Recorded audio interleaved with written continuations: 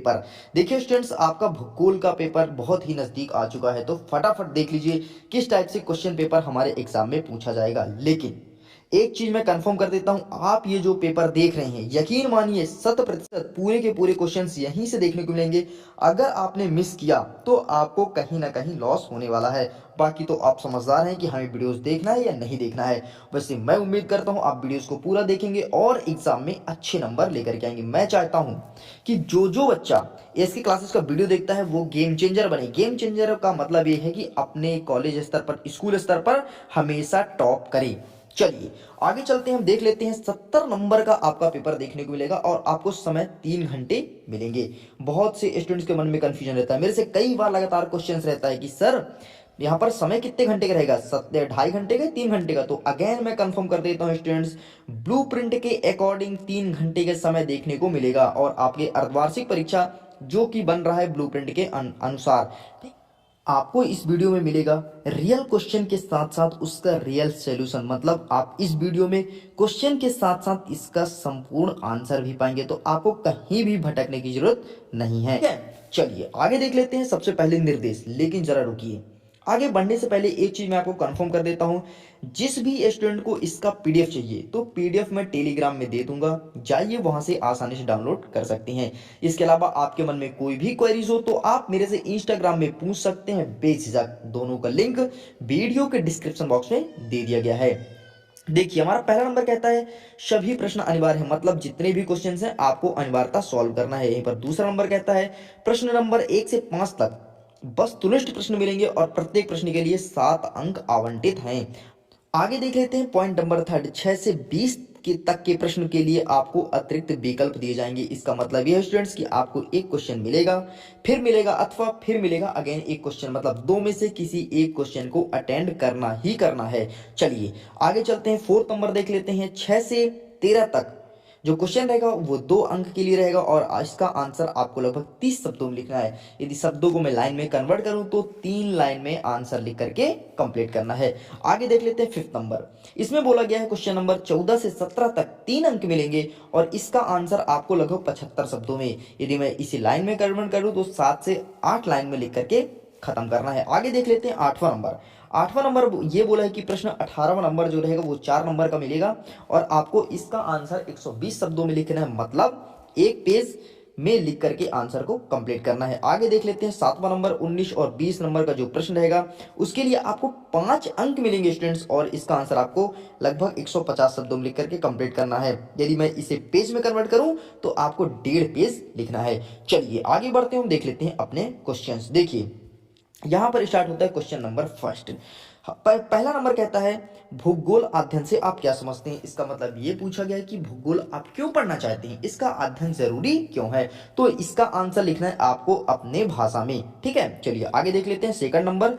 2 कार्यांतरित सेलों का नाम लिखना है, 2 का नाम लिखना है और इसके लिए आपको मिलेगा 2 नंबर। चलिए आगे देख लेते हैं तीसरा नंबर क्या कहता है, करेवा हिमालय पर्वतमाला के किस भाग में पाया जाता है। सिंपल सा बताना है कि हिमालय पर्वत के कई भाग होते हैं ना, तो किस भाग में करेवा हिमालय पाया जाता है। चलिए आगे स्क्रॉल करते हैं, देखते हैं क्वेश्चन नंबर 4। देखिए स्टूडेंट्स, आपको इसका आंसर एक मैं नेक्स्ट वीडियो अपलोड करूंगा, उसमें पूरा का पूरा आंसर दे दूंगा। सबसे पहले आप क्वेश्चंस देख लीजिए, अगर आपने एक भी क्वेश्चन छोड़ा या इस वीडियो को मिस करके गए तो यकीन मानिए कहीं ना कहीं आपको लॉस होने वाला है।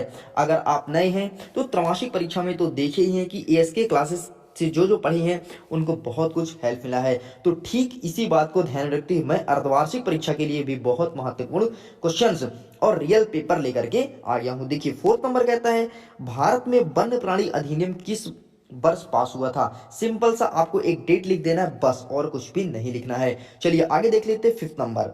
मानव भूगोल के अंतर्गत 2 शाखाओं के नाम लिखिए, मतलब जो मानव भूगोल होता है उसके अंतर्गत 2 शाखाएं कौन कौन सी होती है, इसका नाम बताना है बस। नाम के अलावा कुछ मत लिखिएगा क्योंकि ज्यादा नंबर आपको नहीं मिलेगा, मिलना 2 ही नंबर है, चाहे तो आप छोटा लिखो या बड़ा लिखो। चलिए आगे देखते हैं छठवां नंबर। किसी नदी के अववाहि द्रोणी से आप क्या समझते हैं। सिंपल सा उसके अववाहि द्रोणी को समझाना है बस। आगे चलते हैं 7वां नंबर।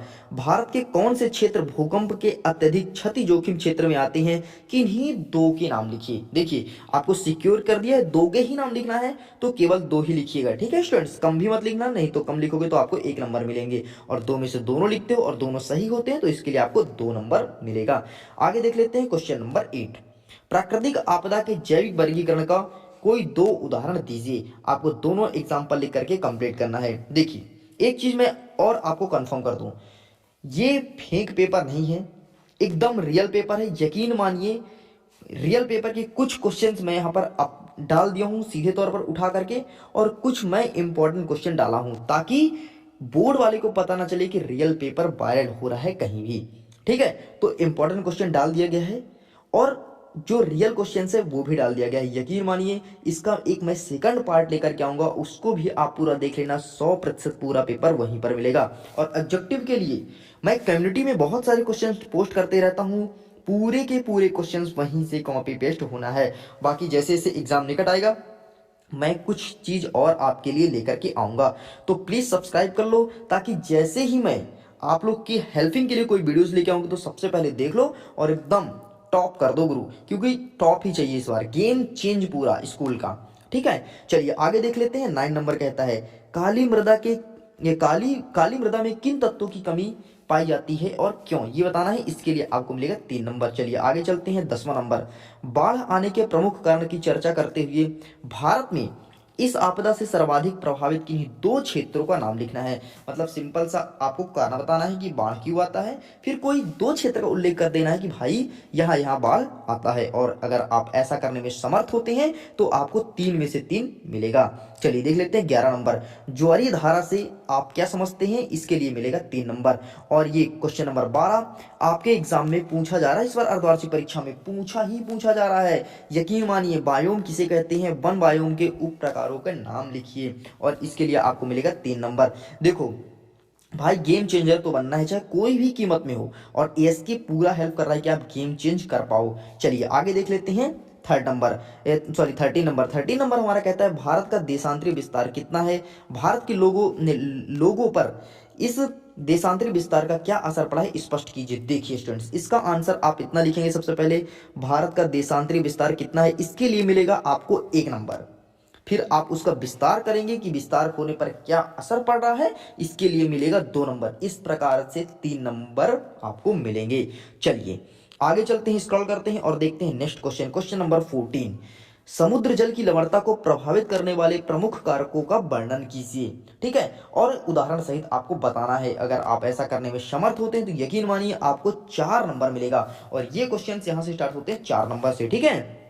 आगे चलते हैं क्वेश्चन नंबर 15। हमारा 15 नंबर कहता है कि पृथ्वी की सतह को प्राप्त होने वाला सूर्यतम की तीव्रता में भिन्नता है, इस भिन्नता के प्रमुख कारण की व्याख्या कीजिए। आगे देख लीजिए क्वेश्चन नंबर 16, पृथ्वी की आंतरिक संरचना को कितने भागों में बांटा गया है, सबसे ऊपरी भागों की प्रमुख विशेषताएं लिखिए। मतलब सिंपल सा पृथ्वी की आंतरिक संरचना का चित्र जरूर बना दीजिएगा। अगर आप चित्र बनाने में समर्थ होते हैं तो आपको और अच्छा नंबर मिलेगा, क्योंकि जब आप उसे पार्टों में बांटेंगे, उसे भागों में बांटेंगे तो चित्र बना करके दिखा दीजिएगा, ठीक है। जैसा मैं बोलता हूं वैसा करना, यकीन मानो बहुत ही प्यारा नंबर आने वाला है। इन पर 17 नंबर कह रहा है कि अक्षय से क्या तात्पर्य है, भौतिक अक्षय के विभिन्न प्रकारों का उदाहरण सहित समझाइए। आंसर तो मैं आपको दूंगा, ठीक है, आंसर की टेंशन बिल्कुल मत लेना, आंसर मैं जल्द से जल्द प्रयास करूंगा कि आपको प्रोवाइड करा दूं। और यहीं पर क्वेश्चन नंबर 18 कहता है निम्नलिखित में से किन्हीं 2 पर टिप्पणी लिखा है, और देख लीजिए मैं 3 लेकर के आया हूं, किन्हीं 2 पर लिखना है, ठीक है। पहला बोला है संघनन की विभिन्न रूप, और दूसरा यहाँ पर तो क्लियर नहीं दिख रहा है, मिट गया है, लेकिन यहाँ पर तीसरा देख लीजिए बाताग्र एवं उनके प्रकार पर आपको टिप्पणी लिखना है। यहीं पर आगे बढ़ते हैं क्वेश्चन नंबर 19 नंबर पूछा है दक्षिणी प्रायद्वीप पठार की प्रमुख विशेषता लिखिए, और बिंदु पर लिखना है, आपको 5 पॉइंटों में लिखना है। अगर आप ऐसा करने में समर्थ हो जाएंगे तो आपको यहाँ पर मिलेगा 4 नंबर। आगे चलते हैं 20वां नंबर हमारा क्या कह रहा है, और 20वां नंबर में निम्नलिखित भू आकृतियों के आरेख बनाएं। आवश्यकता अनुसार उनके हिस्से का नाम भी लिखना है। तो ये देख लो भाई, दो दो चीज यहाँ पर मेंशन है। और इसी के अंतर्गत दूसरा क्वेश्चन क्या है, इसको भी आप देख लीजिए। ये बोला गया है कि 200 सेंटीमीटर से अधिक वर्षा प्राप्त करने वाले किन्हीं दो राज्य का नाम लिखना है। मतलब भारत देश में ऐसे कौन कौन से राज्य हैं जहां पर वर्षा 200 सेंटीमीटर से अधिक होता है। और इस टाइप से क्वेश्चन आपके वस्तुनिष्ठ में पूछे जाने की संभावना है। वैसे तो ये रियल पेपर है, तो आपके क्वेश्चन में ही पूछा जाएगा। चलिए आगे देख लेते हैं इसी का बी नंबर। प्रायद्वीप भारत के आंतरिक भागों के वार्षिक वर्षा कम क्यों है। मतलब प्रायद्वीप जो भारत होता है वहां पर जो वार्षिक वर्षा होती है, जो हम एवरेज निकालते हैं एक साल का, तो कम क्यों होता है, ये कारण आपको बताना है। तो आपको पता है स्टूडेंट्स, इसके कई कारण होते हैं, जैसे कुछ पर्वत कारण होते हैं, कुछ पवन की जो हवाएं बहती है उनके कारण भी वर्षा कम होती है। तो बैरिस प्रकार की बातें आपको पता है, जैसे कि आप भूगोल पढ़ते हैं, और मुझे ऐसा लगता है भूगोल के स्टूडेंट तो हर एक चीज जानता है भाई। आगे देख लीजिए, आपको ठीक ऐसे ही एग्जाम में भी आपको एक मिलेगा मानचित्र देखने के लिए, और मानचित्र फुलफिल करना पड़ेगा, ठीक है। चलिए आगे देख लेते हैं क्वेश्चन नंबर 21 में सिंपल से बोला गया है कि ये जो आपको 5 जगह का नाम दिया है, इसको भारत देश में सही स्थान पर दर्शाना है, ठीक है। तो इस प्रकार से आप इसे देख सकते हैं। चलिए स्टूडेंट्स, अब हम इसी का देख लेते हैं आंसर क्या है इसका सही आंसर। तो देखिए, हम पीडीएफ को जैसे स्क्रॉल करते हैं तो ये रहा, यहां से हमारा आंसर स्टार्ट होता है। पहले नंबर का आंसर है, दूसरे नंबर का, तीसरे नंबर का, चौथे, पांचवें, छठवें, ऐसे ही हर एक चीज का आंसर यहां पर मेंशन है, ठीक है। चलिए आगे देख लीजिए, क्वेश्चन नंबर 7, 8, 9, 10, 11, 12, 13, 14, 15, 16, 17, 18, जितने भी आंसर हैं सभी को मैं मेंशन किया हूं। तो प्लीज आप इसका स्क्रीनशॉट ले लीजिए। चलिए स्क्रीनशॉट लीजिए पहले का, ठीक है, 7वीं तक का स्क्रीनशॉट यहाँ पर ले लीजिए। चलिए स्क्रॉल करता हूँ, 8वीं का स्क्रीनशॉट लीजिए, 9वीं का और 10वीं का स्क्रीनशॉट ले लीजिए, ठीक है। चलिए ये ले लीजिए। चलिए आगे चलते हैं, स्क्रॉल करते हैं, क्वेश्चन नंबर 11वें का स्क्रीनशॉट आप लेना स्टार्ट कर दीजिए। ये रहा 11वें का स्क्रीनशॉट, प्लीज पूरा स्क्रीनशॉट ले लो, पूरा एक्यूरेट आंसर है, ठीक। आपको ऐसे ही छाप कर के आना है अपने परीक्षा में। आगे देख लो, क्वेश्चन नंबर 12 का आंसर ये देखो, इसका भी स्क्रीनशॉट लो। और यहीं पर 13 है तो इसका भी आंसर मेंशन है, ले लीजिए इसका भी स्क्रीनशॉट। चलिए आगे चलते हैं, 14 नंबर, इसका भी स्क्रीनशॉट ले लीजिए मेरे प्यारे दोस्तों। ये रहा 15 का भी स्क्रीनशॉट ले लीजिए फटाक से आप। चलिए आगे देखते हैं 16 नंबर, तो ये पृथ्वी की जो संरचनाएं हैं, तो आप इसका भी स्क्रीनशॉट ले लीजिए, ठीक है। चलिए आगे स्क्रॉल करते हैं, भूपर्पटी ऊपरी परत की पूछा था ना, तो ये देखो भूपर्पटी के बारे में, इसके बारे में मेंशन कर दिया है, तो इसका स्क्रीनशॉट ले लीजिए। देख लीजिए आपको कितना लिखना है, आपको इसी में सब कुछ क्लियर हो जाएगा। चलिए आगे देख लीजिए 17 नंबर, इसका भी स्क्रीनशॉट लीजिए, और यहीं पर 18 नंबर है, इसका भी स्क्रीनशॉट ले लीजिए, ठीक है। चलिए आगे स्क्रॉल करते हैं, और ये देख लीजिए 19 नंबर, इसका भी आप स्क्रीनशॉट रख लीजिए। इस प्रकार से स्टूडेंट्स आपके पूरे क्वेश्चंस के आंसर भी कंप्लीट होते हैं, और जो छूट गया है उसका आंसर मैं ऊपर मेंशन किया हूं, यहां पर देख लीजिए। ये रहा क्वेश्चन नंबर 20 का पहला और दूसरा नंबर, ये देखिए, आप इसका भी स्क्रीनशॉट ले लीजिए, ठीक है। चलिए आगे देख लीजिए, ये रहे क्वेश्चंस और ये रहा इसका आंसर, ये देखिए यहाँ पर मेंशन है, आप इसका भी स्क्रीनशॉट ले लीजिए। तो इस प्रकार से स्टूडेंट्स पूरे क्वेश्चन और आंसर्स कंप्लीट होते हैं। मुझे उम्मीद है आपको ये वीडियो पसंद आया होगा। अगर वीडियो पसंद आया तो प्लीज वीडियो को लाइक करें, अपने दोस्तों के साथ शेयर करना जरूर ना भूलें, ताकि आपके साथ साथ उनको भी प्रॉफिट मिल सके। और अभी मैं अगेन